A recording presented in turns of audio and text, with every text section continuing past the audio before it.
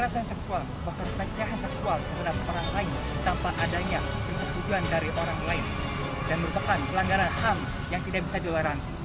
Kekerasan seksual miris seringkali terjadi di dunia pendidikan, di mana pendidikan itu adalah tempat anak-anaknya belajar. Akan tetapi, ketika terjadinya kekerasan seksual, maka pendidikan itu adalah tempat berbahaya bagi si anak.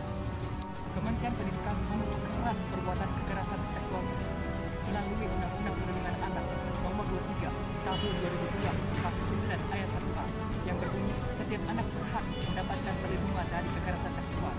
Berdasarkan undang-undang sebelumnya, cara mencegah terjadinya kasus kekerasan seksual di sekolah maupun itu ada berbagai cara. Pertama, menerapkan pendidikan seksual. Kedua, adanya prosedur operasi standar atau yang POS. Ketiga, seleksi guru yang ketat. Keempat, pemasangan papan layanan pengaduan. Dan kelima, membentuk tim khusus pencegahan kekerasan seksual seperti biaya, yaitu kastadi dengan anak.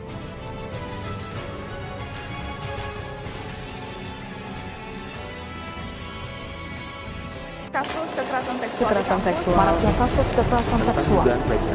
Pelecehan seksual di kampus.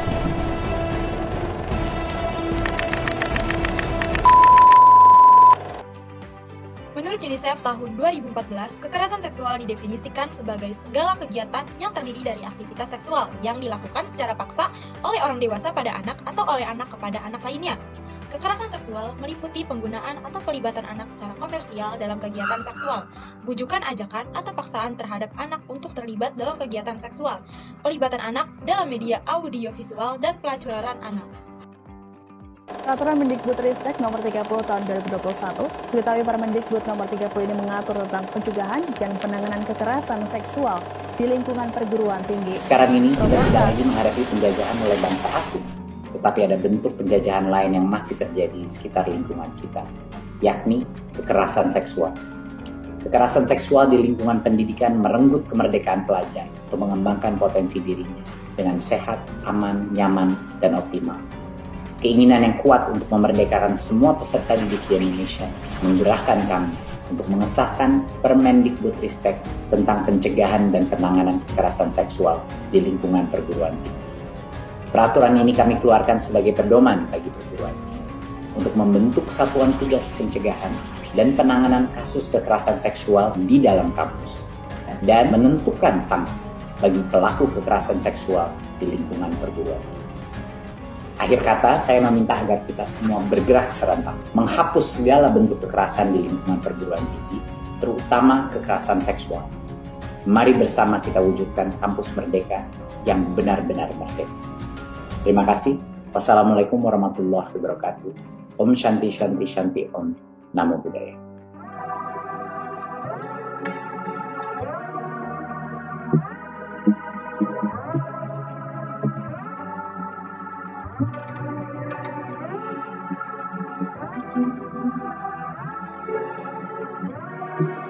Pelecehan seksual telah faktanya, siapapun bisa menjadi sasaran pelecehan dan kekerasan seksual. Stop kekerasan seksual dan perundungan. Laporkan atau ceritakan pada nomor di samping atau email di samping. Mari kita cegah, speak up, dan lawan. Dihebohkan dengan kabar berita di yang menjelaskan Permendikbud Nomor 30 Kekerasan Seksual dengan kementerian terkait yang menyebut kami tidak bisa menayangkan secara umum. Bisa kita lihat banyak sekali kasus kekerasan seksual yang terjadi di lingkungan kampus. Kami dari tim PSGA hadir memberikan layanan pengaduan dan pendampingan kepada para korban kekerasan seksual. Korban dapat langsung melapor pada nomor di atas ini atau bisa mengisi form pengaduan pada link di bawah ini. Korban pun bisa datang langsung ke unit layanan terpadu LP2M. Nantinya, para korban akan mendapatkan pendampingan berdasarkan tingkatannya. Untuk tingkat rendah, akan diberikan konseling sebaya. Untuk tingkat sedang, akan ditangani oleh konselor atau tim dosen. Dan untuk tingkatan berat, akan kami berikan rujukan ke psikiater. Ayo, lawan kekerasan seksual di lingkungan kampus.